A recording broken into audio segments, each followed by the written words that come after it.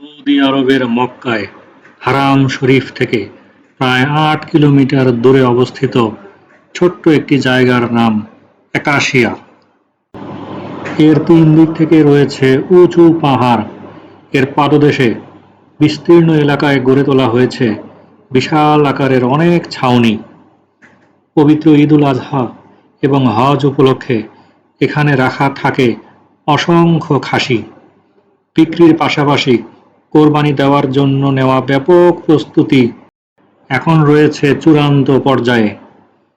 Saudi আরব সরকারের সিদ্ধান্ত অনুসারে নির্ধারিত স্থানের বাহিরে কেউ কোরবানি দিতে পারেন না।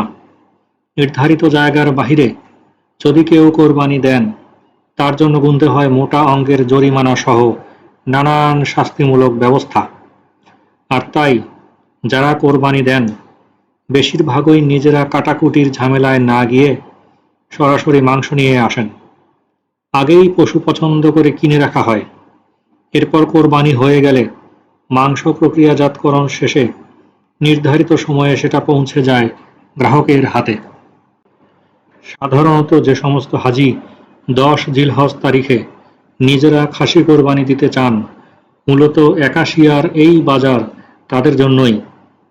হাজিদের মধ্যে অনেকেই কিংবা তাদের প্রতিনিধিরা এখানে এসে খাসি পছন্দ করে কোরবানির জন্য রেখে যান। ঠিক সময়ে খাসির কাটাকুটি সম্পন্ন করার জন্যেও থাকে পর্যাপ্ত লোকবল। হাজিদের কাছ থেকে সরকারিভাবে কোরবানির জন্য নির্ধারিত ব্যাংকের মাধ্যমে একটি নির্দিষ্ট পরিমাণে রিয়াল করে নেয় সৌদি আরব সরকার।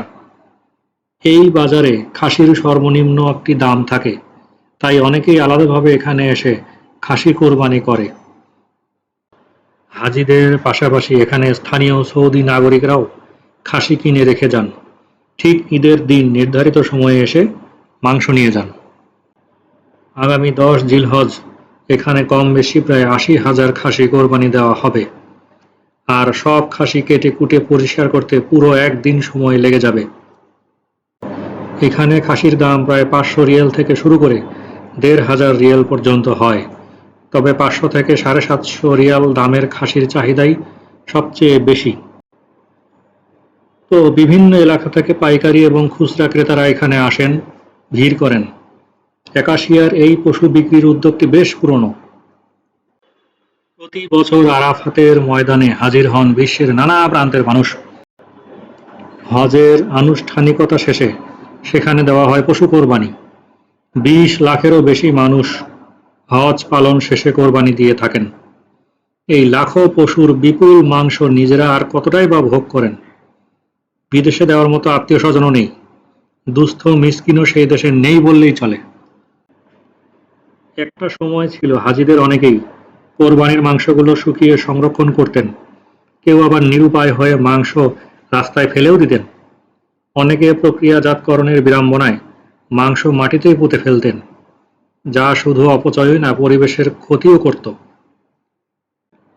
১৯৮৩ সালে প্রথম মক্কা, মিনা এবং এর আশেপাশের এলাকার পরিবেশ রক্ষার্থে কোরবানির মাংস কাজে লাগানোর উদ্যোগ নেওয়া হয়েছিল।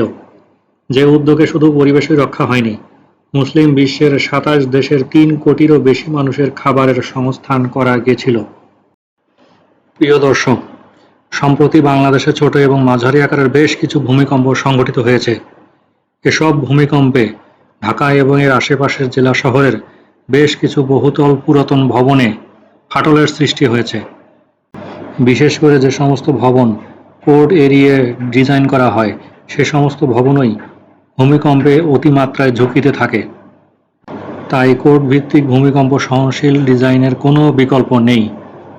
Factory, workshop, warehouse, residential complex, industrial complex এর ভূমিকম্প সহনশীল স্ট্রাকচারাল ডিজাইনের জন্য ডেসক্রিপশন বক্সে দেখানো নাম্বারে যোগাযোগ করুন।